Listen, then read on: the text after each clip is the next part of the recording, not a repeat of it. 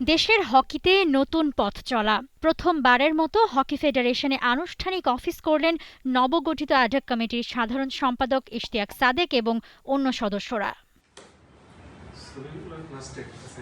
অলস সময় নয়, ফেডারেশনে এসেই কাজ শুরু হয়ে যায় নতুন কমিটির।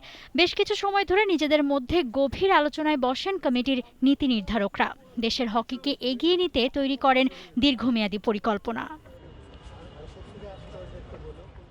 তবে শুধু আলোচনার টেবিলই নয়, হকি কর্তাদের নজর মাঠের দিকেও। সামনেই হকি এশিয়ান গেমস, আর এই টুর্নামেন্টকে সামনে রেখে ফেডারেশনেই চলছে জাতীয় দলের কঠোর আবাসিক ক্যাম্প।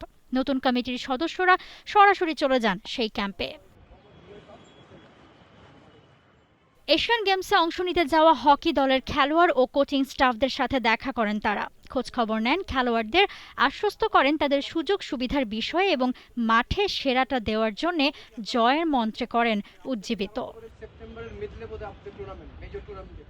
নবনিযুক্ত সাধারণ সম্পাদক ইশতিয়াক সাদেক জানান, সব কাজের মধ্যে প্রায়োরিটিতে থাকবে প্লেয়ারদের সুযোগ সুবিধা বাড়ানো, যার মধ্যে থাকবে সবকিছুর পরিচ্ছন্নতা, একাডেমির ফ্যাসিলিটিস বাড়ানো এবং খেলোয়াড়দের জন্য জিম করে দেওয়ারও আশ্বাস দেন তিনি।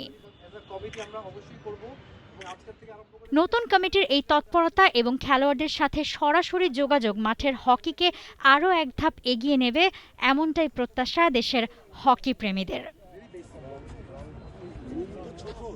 মৌসুমী Alam, T Sports. For more updates, subscribe to our YouTube channel and click on the bell icon. Follow us on Facebook and Instagram. Download T Sports app to enjoy exciting games and highlights. Visit tsports.com.